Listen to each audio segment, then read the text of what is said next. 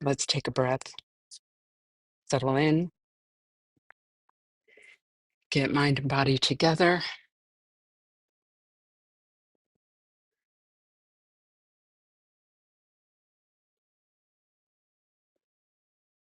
And we want to begin with our bodhicitta motivation. Bodhicitta is the wish to attain enlightenment for the benefit of all sentient beings. So not only ourselves, but all beings. Everything we do on this path, we try to do with that motivation. Bodhicitta means an awakened mind-heart, and it arises out of compassion when we see the suffering of others and we wish to remove their suffering, and wisdom that understands the cause of suffering. So between those two things, we determine to attain enlightenment for their benefit and to do whatever we can towards that end.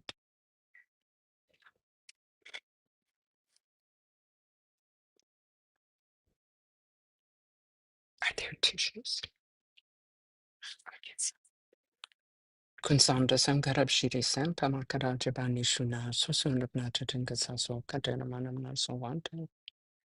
Omin Chaki and Kipo Dane, the Sum Sanke Quinking Moone, and some sugar soon to Zepa, so in a measure so wound.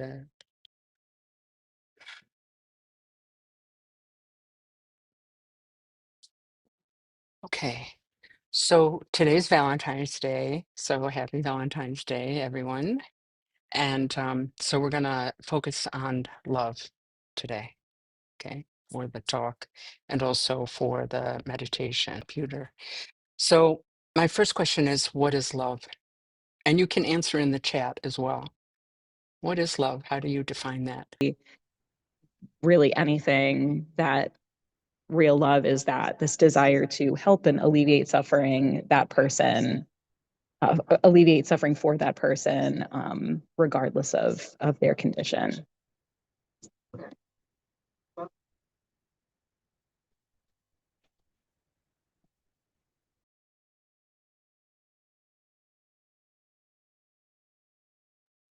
I think love in a little different way. I think whenever you recognize the perfection of another individual, that there's not this, I'm giving you love. It's just a recognition in the other person, the ability to see in the other person their light, their, as much as we can, perfection. And this as often happens with people that we know well. And it's not some gift we're giving around. It just recognize that child, recognizing you. And the better we recognize that, the more this word is achieved.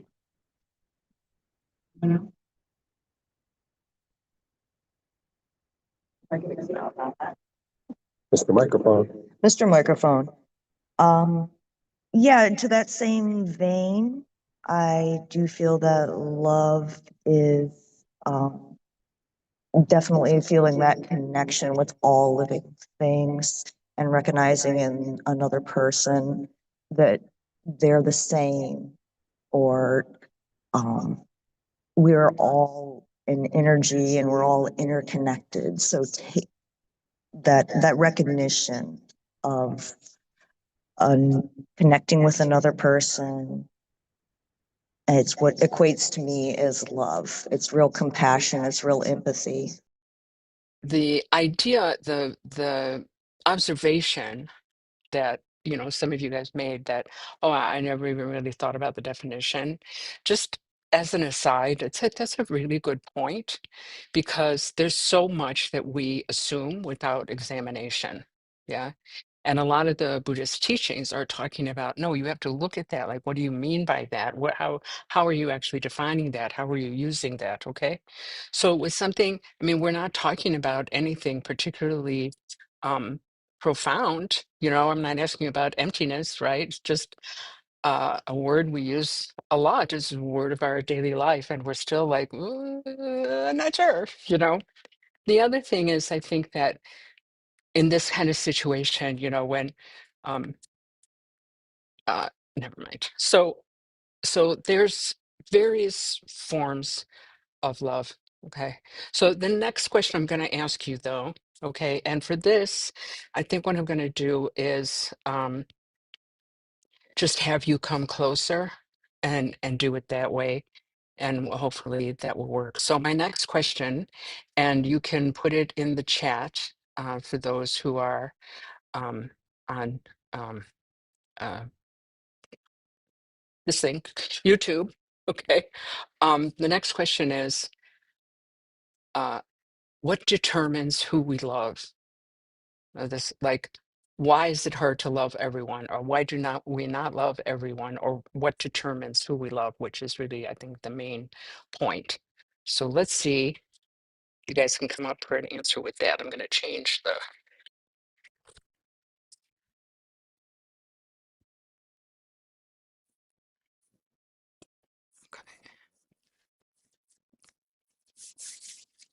Go to the opposite of that. Okay. What determines who you don't love? It's really hard to love somebody that you can't stand. Yes, come closer. Oh, okay. Yeah, that's better. It's really hard to love somebody that you can't stand. Yes. Okay. Who's really bothering you or is outright abusing you. That is very, very difficult. Okay. People who are really nice to you, it's not easy to have warm and fuzzy Mhm. feelings, or animals even. Mm-hmm. And I think it's a little easier to forgive animals who are being grumpy for you because you're tend to be more understanding. Yeah, even if they bite you. Yeah. If your dog accidentally bites you or bites you because you He's hurt them. scared. Yeah. And you You know. expect a lot more of a human being. Yeah. It may be the same situation.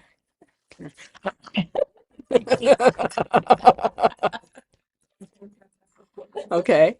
All right, thank you. Did you guys hear her? Could you on YouTube hear Eileen?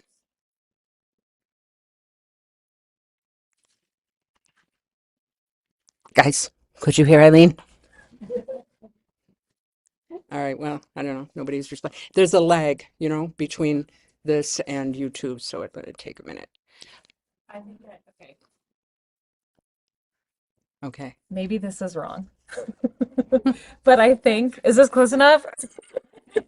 I showered right before I came. I mean, I think the answer is every sentient being is like deserving of love by virtue of the fact that they exist. Uh-huh.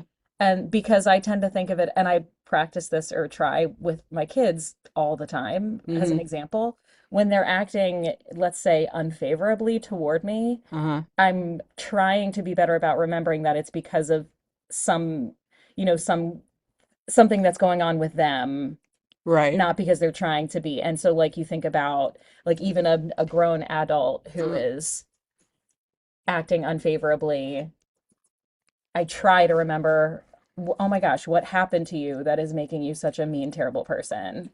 So I hope you say that to them. usually more choice words than that. I mean, I'm having a hard time thinking of anyone that doesn't like deserve it. No, even but if that's it's not the hard. question, who deserves love. Okay. See, I said I was wrong. The question is, what determines who we love? This is Tim. I think let me try to speak loud enough through the mask too. I think whether rightly or wrongly, I think it comes down to whether or not we feel we're getting something from the relationship with another person. Like to kind of use some of the examples other people were using, like if your kid or someone like does something that is harmful or hurtful, like in the moment, like you might not like that, but you'll still forgive them and you still value it because you're getting other things from the relationship. Where a stranger, that you meet who, is acting like a terrible, miserable person, Mm-hmm. you don't really get anything from your relationship with them because you Mm-hmm. don't know them. So there's that barrier in place that prevents that exchange of emotion. Thank you. Okay. Yes, John. I think it's the clarity of our own vision, Okay. how we see individual persons, no matter whether it's Trump or it's you, Mm-hmm. and I'm using those as polar opposites, Mm-hmm. Thank you. Mm-hmm. is that everyone has is deserving. You can recognize love in anyone Uh-huh. if you can push away all the crap in between. Okay. But that's also not the answer to my question. But thank you. You guys are, and some of you are asking, or some of you are answering, how can we love everyone? Or why should we love everyone? That is not the question. The question is, why do we not love everyone? Okay. Well, hang on. Somebody said, wait. What? Rachel, you changed your mind? Oh, no. No. I just saw, I don't want to, it's okay. Come closer. Okay. No, Close. well, but see now that it's, you were saying that, and I think what's interesting is to think about like the way the question is phrased, which is Mm, what determines who we love already implies that like we don't love everyone, mm-hmm. right? And so for me, when I think about that question and what it really means, it's implying things about love itself that would mean that there's like different levels and different degrees of love and different types of love. And that's sort of like a trick almost because, it's like, is there really? Mm-hmm. Right? So like we have these associations that we are calling love, right? So like I'm associating with this person and I call that this type of love. I'm associating with this person in this type of way. And I call that this type of love, family, friend, romantic partner, whatever, all Mm-hmm. these different types of love is like as we define our roles in the relationship, it's Mm-hmm. doing that job. But like it's still like a trick question because what determines who we love, like there's a different type of love that's beyond all of that. Yes. Yeah. Yes. Thank you. Yeah. Yes. Would the answer be samsara? It actually is the overlay of stuff that we have about all of these people, all our belief systems and stuff. Okay. And we just happen to have a better focus Mm-hmm. on certain individuals. Mm-hmm. And we see that as if we were absolute love, then we might be an elevated individual Mm-hmm. and could handle the overloaded circuits of too much love, too Too much love. No such thing. Yes. Talking about love, when we're talking about relational love, like role love, it's about what determines it is like how they're meeting our needs. That's what determines it, Yeah. right? It's like whatever needs that they're fulfilling for ourselves Mm-hmm. is what determines that love that we have with them. Mm-hmm. Mm-hmm. Yeah. Okay. Sabrina, I think a lot of what determines like. can you speak louder, please? I'm sorry, let's speak louder, sorry. Yeah. Thank you. I can be very loud. I think a lot that determines how we love and who we love is that a lot of people tend to hold a mirror up to themselves when they're looking at another person. Mm-hmm. So they're looking for a familiar reflection Okay. and what in that person to love. Mm-hmm. And I feel like that is, it can be it's a very selfish thing Mm-hmm. that people do, but we fall back on that because we only look as far as beyond ourselves of Okay. other people's. All right. Thank you. Okay. Thank you so much. So, yeah, make sure my settings are correct. Okay. So, whoops. Melina says in response to the question, why is it hard to love everyone, or why do we not love everyone? because some people are assholes. So, succinct and to the point. Tess says, oops, what happened here? Hold on a second. Okay, I don't know why sound is coming to me. Okay. Tess says there are concepts and conditions are what determine that. So um, I think everybody's answers are very interesting. When we consider this, there's really like two levels, right? There's a sort of everyday level of who we love and who we don't. And then there's kind of the higher, not higher, but maybe wider philosophical level that some of you were raising. Okay. Um, so one of the most interesting, I'm trying to use my words better.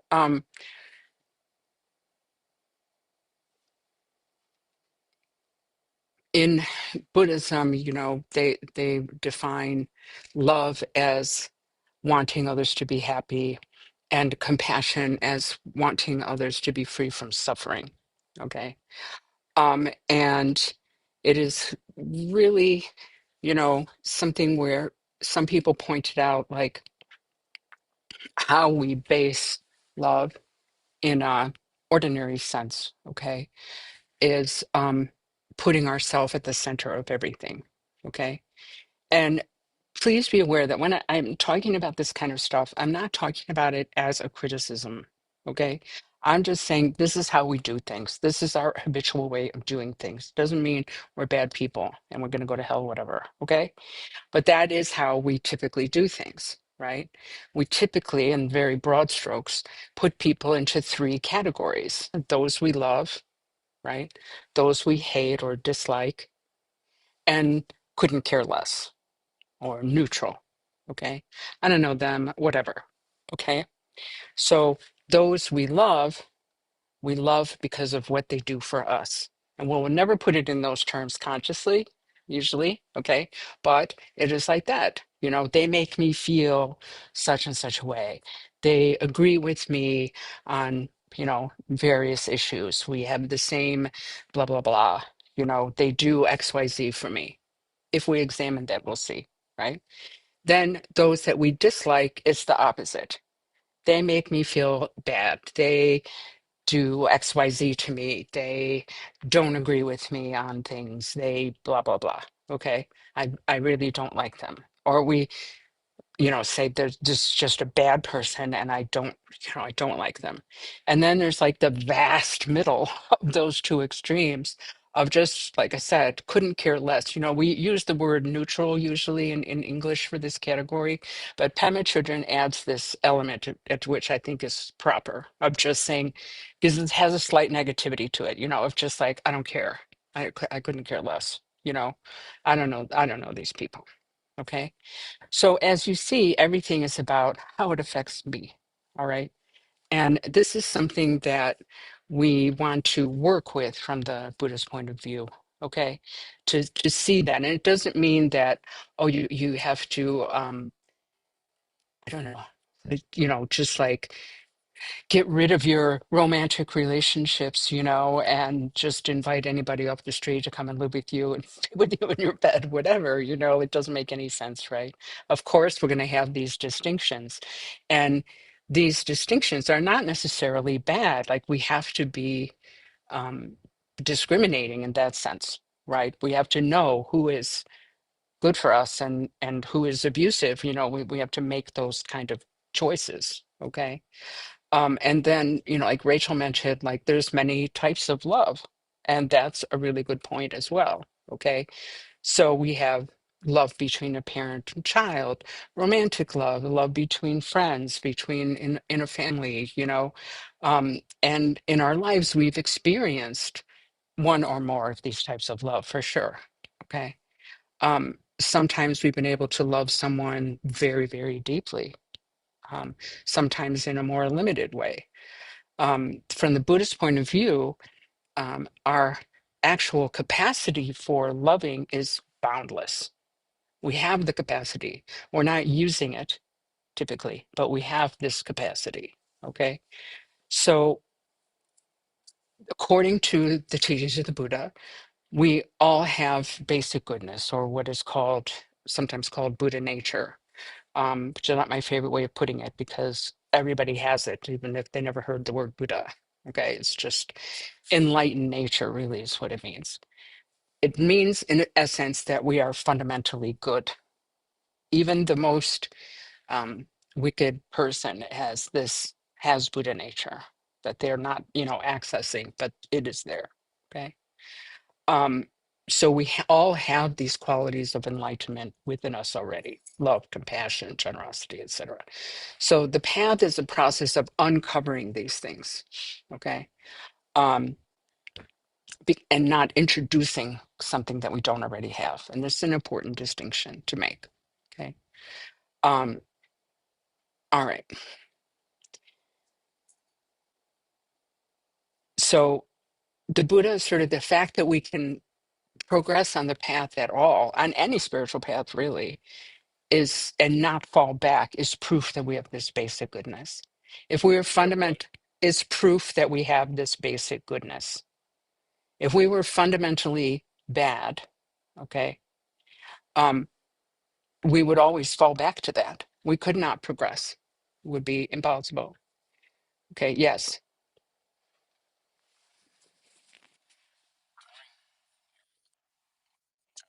What I was sort of like reflecting back on the earlier parts of the book about the concept of I versus how Yes. you're explaining this is from the I perspective. And I was sort of like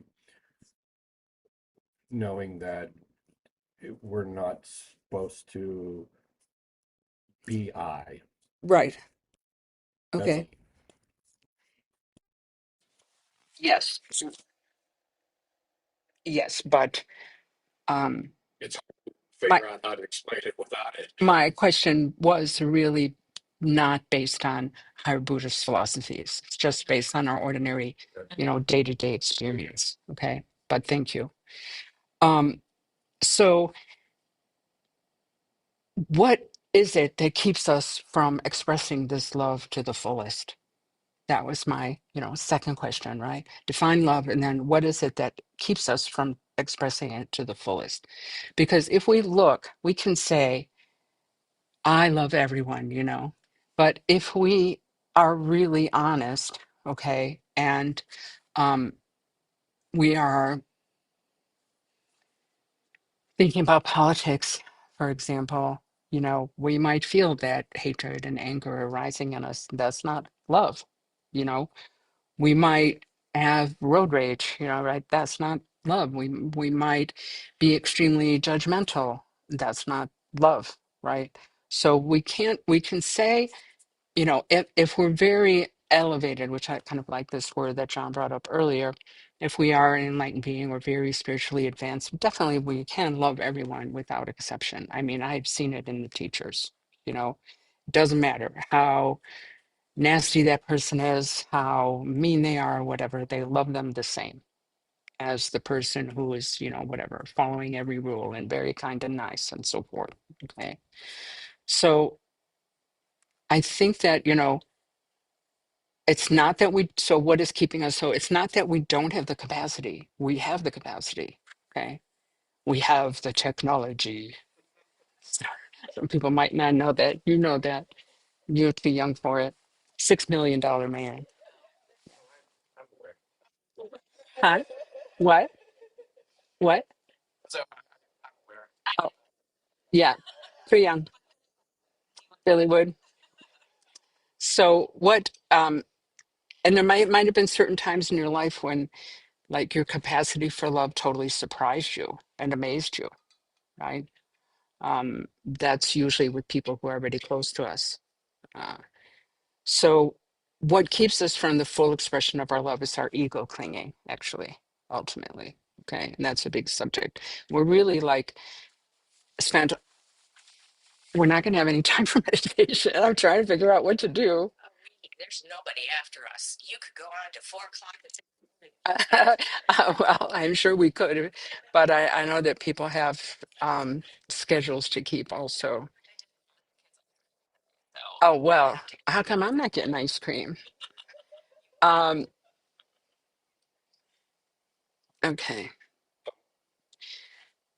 It's, can, yeah, so I am going to ask that people don't ask questions at this time. But thank you. But that's exactly what I was just going to say. It's like you read my mind. Um, so we have a lot of fear, and so naturally we want to protect ourselves. Okay, and this desire to protect ourselves can result in less than desirable behaviors, right? Manipulation, hurting others, selfish tendency, and so forth. Okay.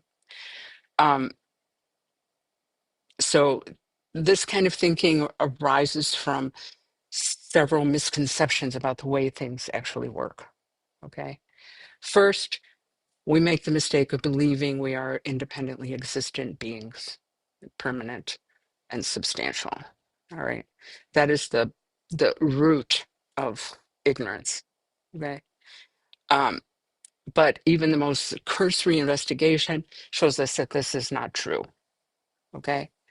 Um, if we look at and try to define what is the I, when I say I like ice cream, or I have a schedule, what do we mean I in this case? And we're not going to go into that because we really don't have the time.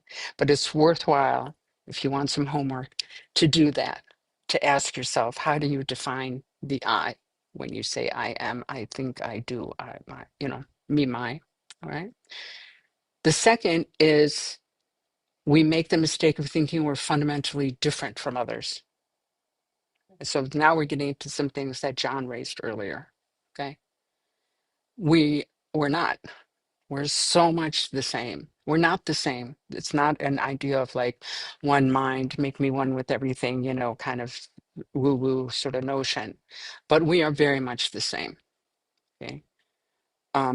We all want to be happy. We all want to avoid suffering. This is across the board without exception for all beings in cyclic existence, including animals, right?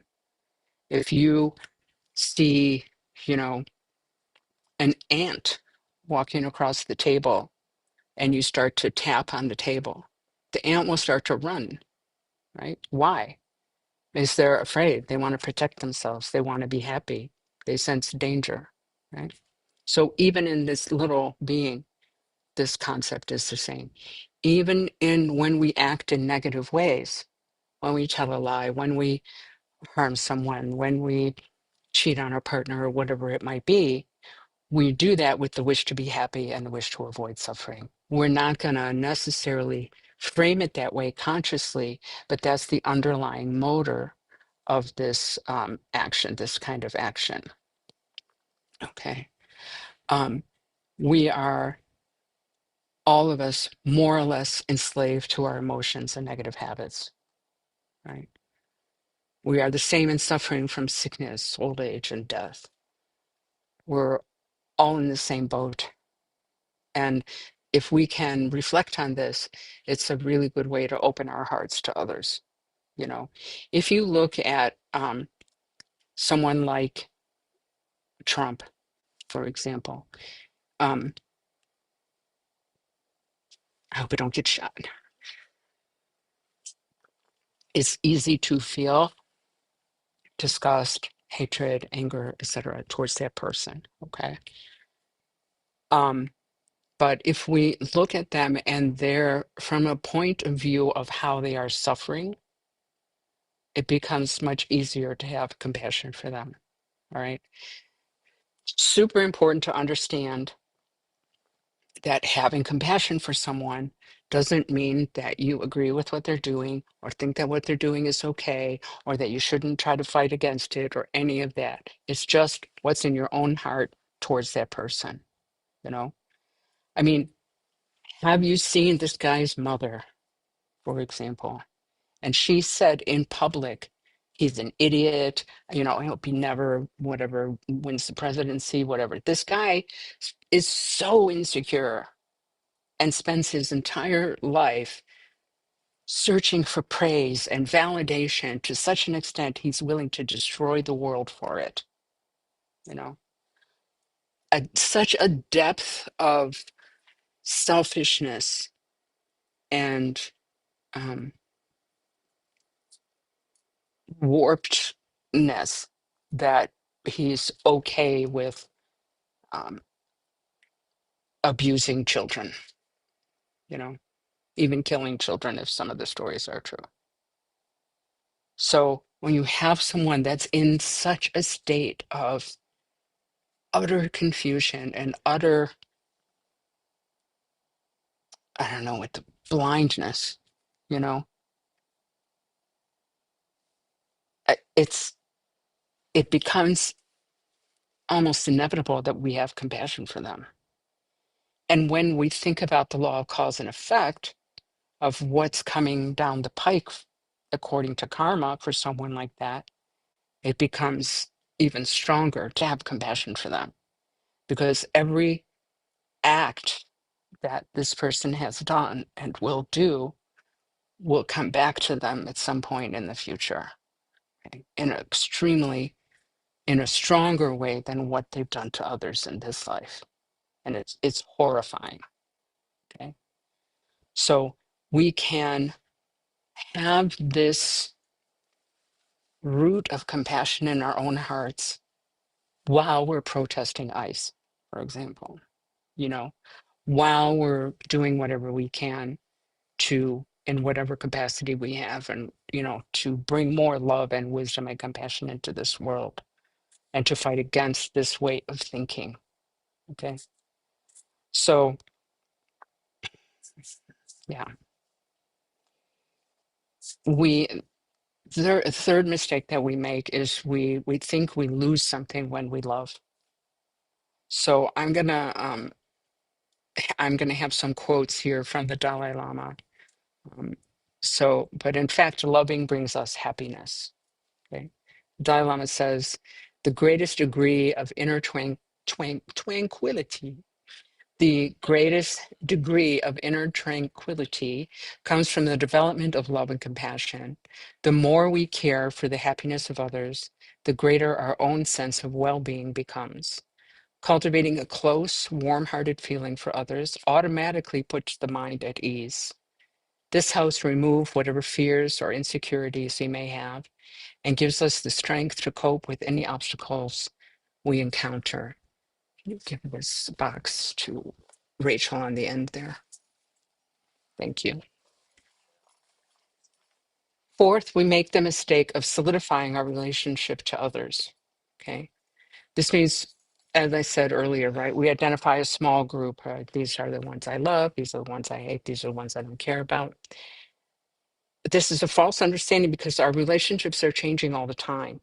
So we have this tendency to, you know, be like, I dislike this person, I will always dislike them. I love this person, I will always love them. I have a difficult relationship, we will always. It's not like that. It's very easy to see that. It's just in our own lives, in this life alone, right? Friends become enemies, strangers become friends, right? Loved ones become enemies often. Yeah. So it's changing. It has the capacity to change. That is proof that it has the capacity to change. So we need to kind of just break up that ice a little bit. Okay. All right. If we see how fluid our relationships are, then we can free up our heart, right? We can more readily take the risk of showing love to someone we don't know, right? Or showing love to our so-called enemy. Like, why not? You know, where's the law that says we can only love a few people? That's where that fear that John mentioned earlier and anxiety, you know, come into play, right? And love is a limitless resource. We're not going to like run out of love if we love too many people, you know?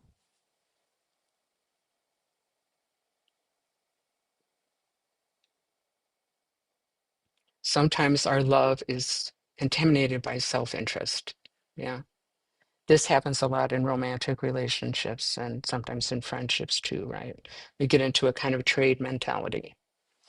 You know, I will love you if you do A, B, C, and D. But if you only do A and B, get out of town, right? That's not really love, okay? That's a business relationship. And that doesn't mean that we're not allowed to have parameters, you know. That doesn't mean that we're not that we can't that we have to accept abuse, for example, or someone, you know, romantic relationships, friendships are, you know, kind of based on this give and take. But it is limited, is what I'm saying, right?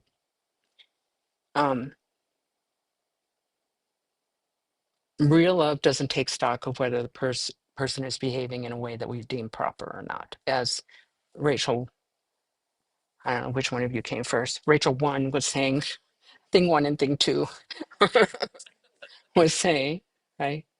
Um, Real love loves regardless. So again, the Dalai Lama says true compassion is not just an emotional response, but a firm commitment founded on reason. Therefore, a truly compassionate attitude towards others does not change even if they behave negatively. And this goes for everyone, like not just our children. Like all what you guys were saying earlier, right? We love our children regardless, or our pets regardless. You know, it's easy to have compassion for them. And that thought can really help us to have compassion for adults who are not behaving properly. Like Rachel said, you know, what happened to you? You became such a mean and nasty person. It's not easy with the cat. I'm sure. Yeah, why? You know, yeah, yeah, I know. But we can bring up examples in our own life of like, yeah, my dog bit me, but you know, Omani bit me the day that he died, he bit me. And I was like, "Mm, wait till you're gone," I said. No, how dare you bite me? Poor baby. So, um, yeah, okay. So the other thing about people that we kind of label as enemies, or, you know, whatever you want, you know, they often use the word enemy, but like, do we use that in daily life? Like, that person's my enemy, you know, but you say, I don't like this person, I hate this person, whatever. Um, they're really actually very precious to us, according to the teachers, because they help us develop patience. Yeah. And we need that and other qualities to progress on the path. Like if they challenge us, you know, it's very easy to, you know, sit around in front of our altar with our candles and incense and just be like, I'm so compassionate. Oh, I'm so loving and compassionate. I can't believe how compassionate I am, you know. And then we get in the car and we just want everybody to, you know, you know, right. Or whatever our issue is. So we need them. We need them. And in the teachings, they really go a long way in this. You know, we should consider them our guru. We should consider them our teacher, you know, because they're helping us develop patience. They're helping us to see where we need to improve, you know, and also like how far we've come, and just like really giving us an opportunity. Okay.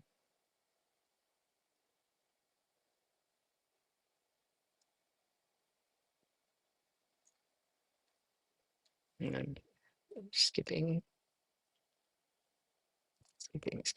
Okay. So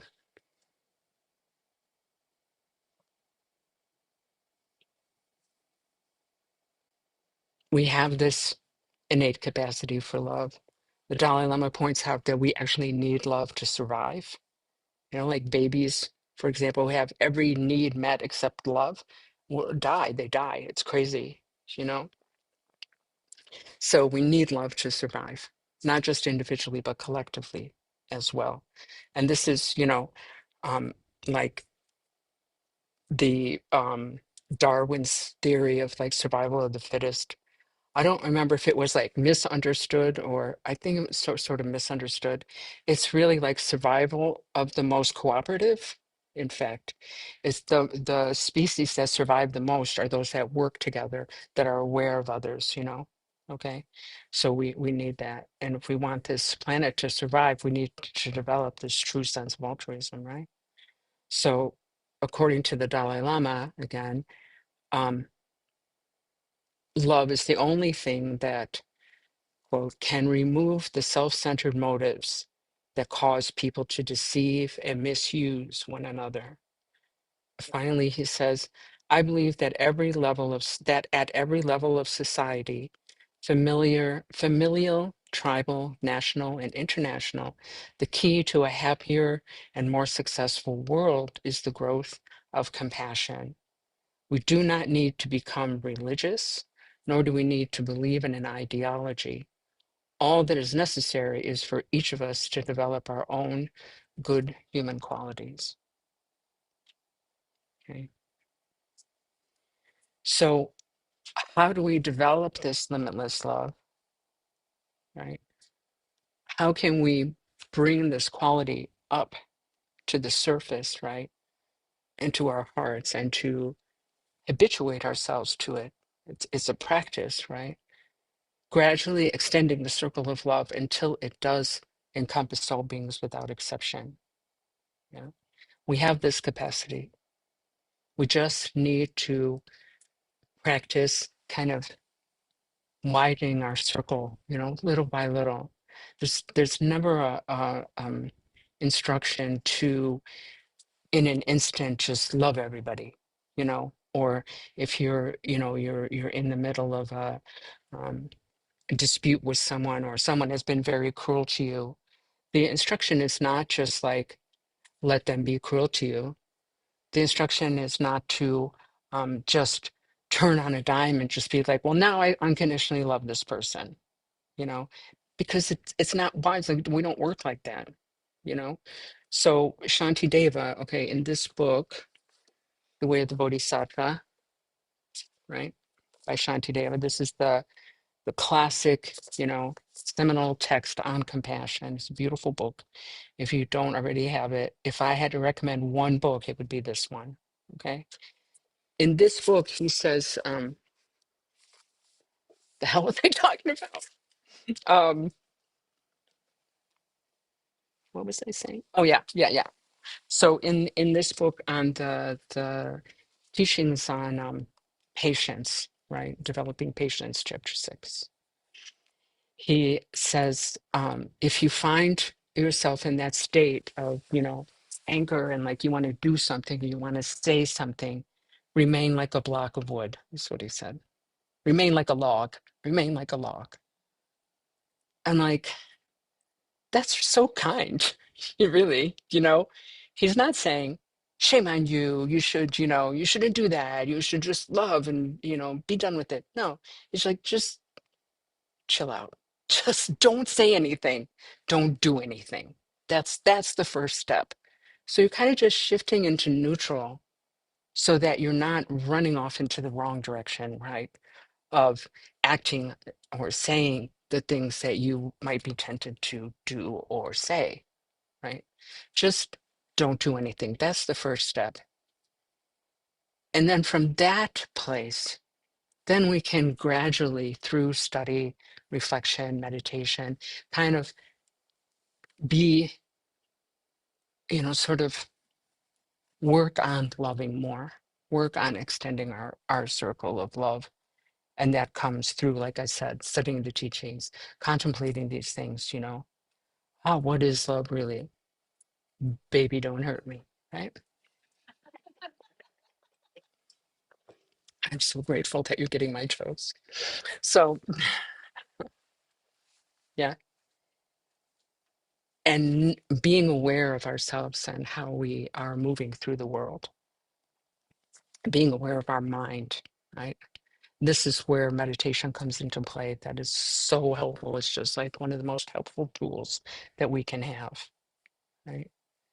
And we start to see what's happening in our mind. We start to understand that we're not our thoughts and emotions, that we're not obliged to act on these things, right? And we start to understand others more. Like we were saying before, right? Everyone wants to be happy. Everyone wants to avoid suffering. When we see, for example, we're observing anger in our own mind, we can start to observe like, wow, that's really uncomfortable. That's really making me suffer, just if I'm just thinking about myself, not to mention what we might do to others as a result of our anger, right? I mean, oh, that's the same for everyone. Anger is suffering for everyone. Then we open out a little more, open out a little more. Okay. So it's 11:30 right now. If anybody needs to leave, you can leave.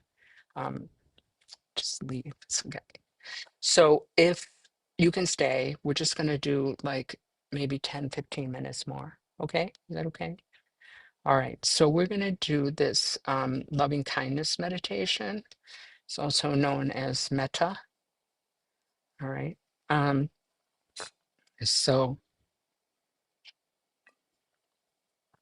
this is a useful meditation for building up our natural capacity to feel empathy and compassion and loving kindness. Okay. Um, it can help us feel less negative judgment towards others and ourselves, increase our sense of connection to others, and so forth. So loving kindness is not about trying to force or fake any feelings. You can send loving kindness to people without liking them. Okay.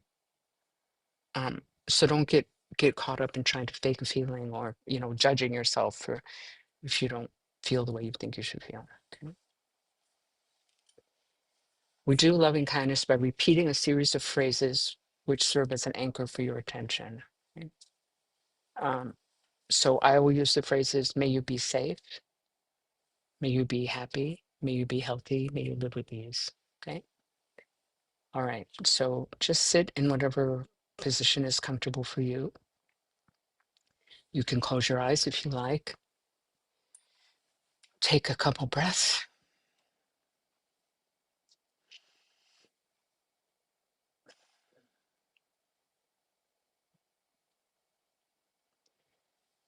As we go through this practice, if your mind wanders, no big deal, just bring it back and begin it again with the phrases. So we begin by sending loving kindness to oneself. Allow yourself to remember and acknowledge your own basic goodness. You may remember times when you have been kind or generous.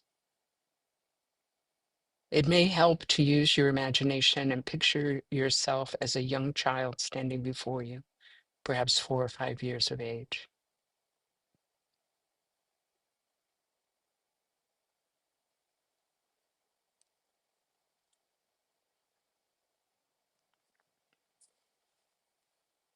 Begin to wish yourself well by extending words of love and kindness to yourself by repeating the following phrases silently. May I be safe. May I be happy. May I be healthy. May I live with ease.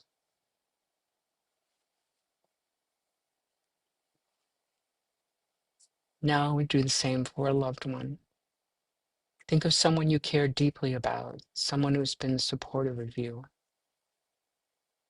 This may be a partner, parent, grandparent, friend, sibling, or even a pet.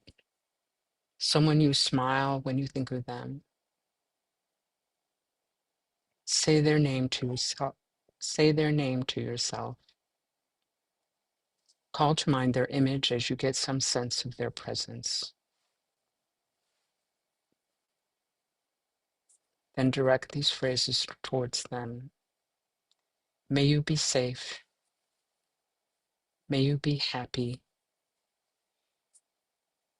May you be healthy. May you live with ease.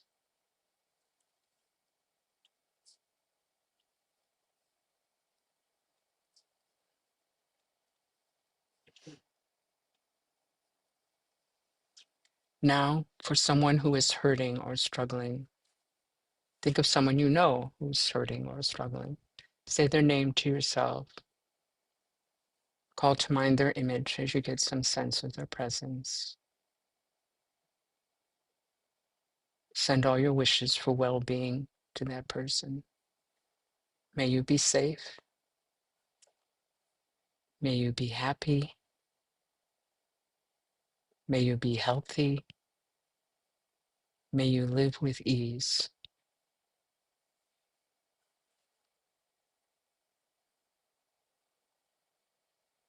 Now for a neutral person.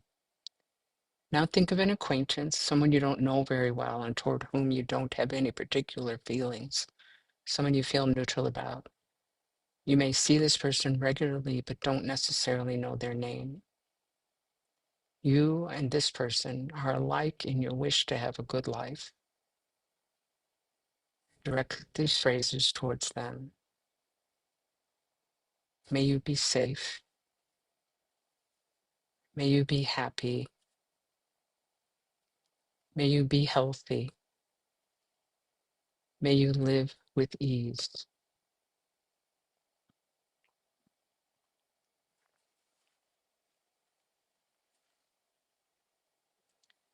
Now think of someone who's difficult for you, hard to bear in some way, who typically or presently evokes negative feelings of some sort. Say their name to yourself. Get a sense of their presence. You and this person are alike in your wish to have a good life. Send all your wishes for well-being to them. May you be safe. May you be happy. May you be healthy. May you live with ease.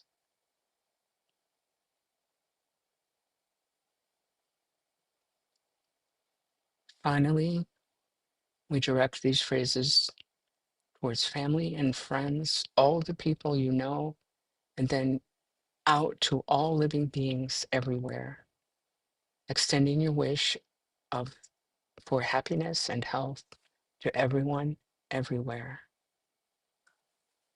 May everyone, everywhere be safe. May everyone, everywhere be happy. May everyone, everywhere be healthy. May everyone, everywhere live with ease.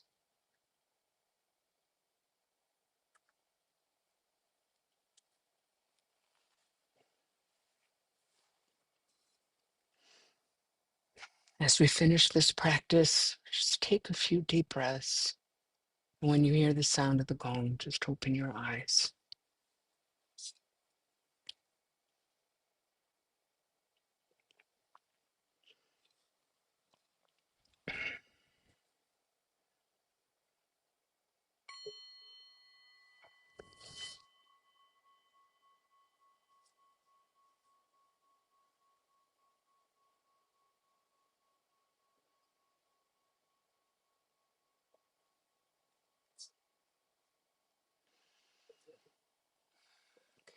Now we're going to do the closing prayers. I'm going to share them with you a little bit, but if you look at the description box below, you can download them there. So you might want to do that, keep them for yourself.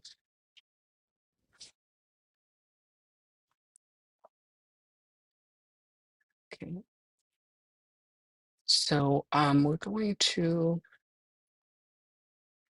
do the long life prayers in English. Okay, so we start with the Dalai Lama and then below that, and then the two ones on the right. In the celestial realm encircled by snow peaks, you are the source of every happiness and benefit. Tenzin Gyatso, Avalokiteshvara himself, may your lotus feet remain firm for 100 eons. Sorry, it's a valiant effort, everyone. Om Swasti, in the vast expanse of your fearless wisdom, shine the 100,000 cooling light rays of your all-pervading great love, dispelling the anguish of beings in this degenerate age. O supreme jewel of space, regent of Buddhas and Bodhisattvas, remain with us continuously, we pray. Om Swasti, through dependent causation and the blessings of the infinity of long life deities, may Pema Wangyal, prophesied magical emanation of the Chaklan Saitro, be firm in body, speech, and mind, like the king of the sounding drum, Amitabha. And may the great waves of his wishes for the teachings and beings spread out to their ultimate extent. We pray for the good health of the lamas. We pray for their precious lives to be long. We pray for their activities to spread and increase. May we be blessed, never to part from them. Then we do the dedication prayer. This we're going to do once in English and once in Tibetan. By this merit, may all attain omniscience, may defeat the enemy wrongdoing. From the stormy waves of birth, old age, sickness, and death, from the ocean of cyclic existence, may I free all beings. Sonandi tanche sipani, tobne ni pe dranam pamche shing, ke gana chi balon trupai, sipe sole droa sho. The remaining ones we do just in English, and then we do the 100 syllable. May bodhicitta, precious and sublime, arise where it has not yet come to be, and where it has arisen, may it never fail, but grow and flourish ever more and more. As long as faith endures, as beings remain. Until then, may I too remain and dispel the miseries of the world. Ever absorbed in the display of divine forms and primordial awareness, appearance, sound, and perception in the state of divinities, mantras, and dharmakaya. May I, inseparable from the practice of the profound and secret great yoga, attain within the essence of mind the state of one taste. Om Vajra Sattva Samaya Manupalaya Vajra Sattva Tenopa Tishta Drido Me Bhava Suto Kayo Me Bhava Supo Kayo Me Bhava Anurakto Me Bhava Soa Siddhi Me Prayatsa Soa Sutsa Me Chitam Shriyang Kuruhum ha ha ha ha ho bhagavan savatata gata vajramame munsa padriba mahasamaya sattva.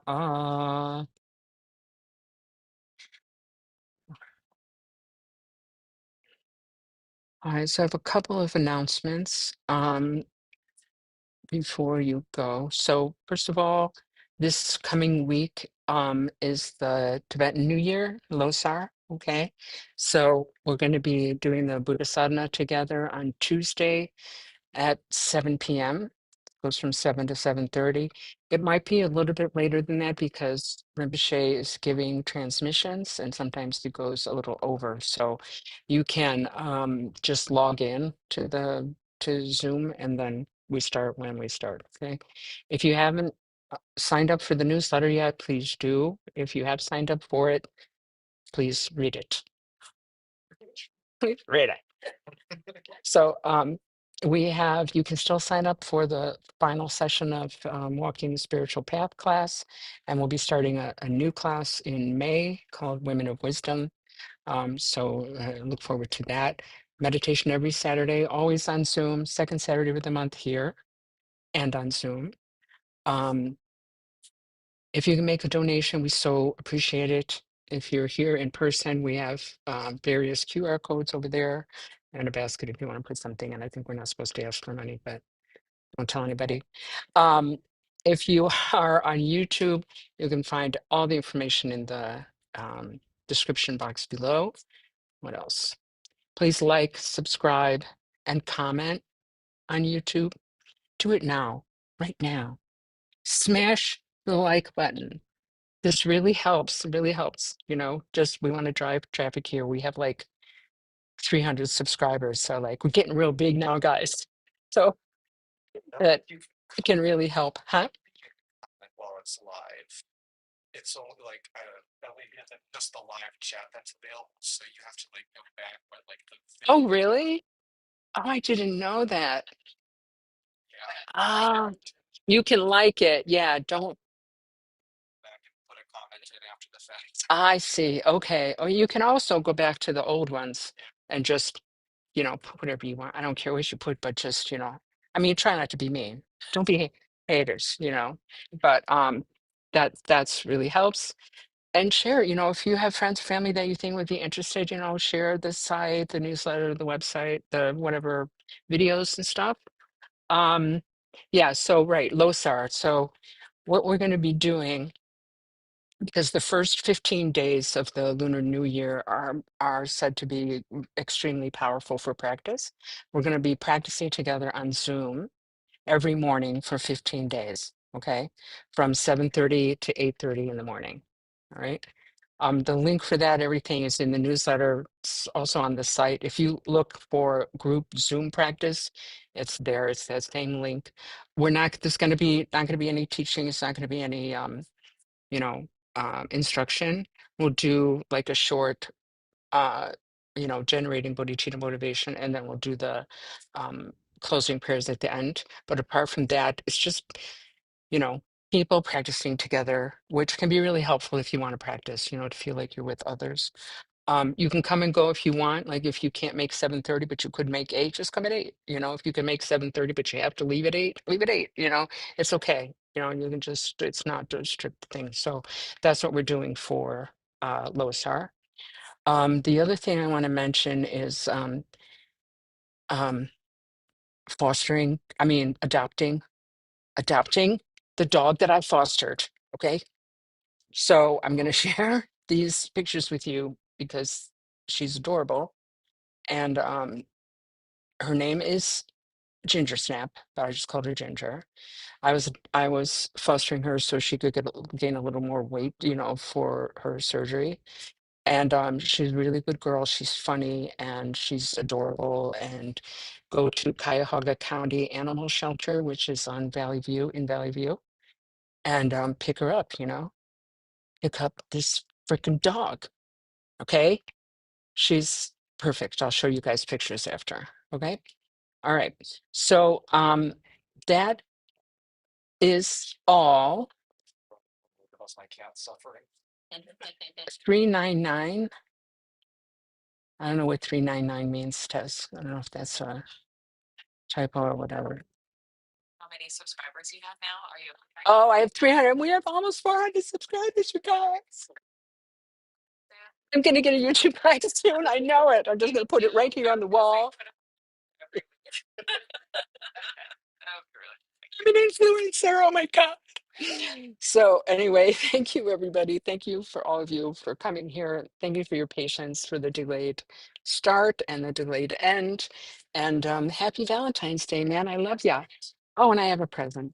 Okay, but I'm gonna sign off from YouTube. I don't think anybody wants to. Okay, bye everybody. Bye bye.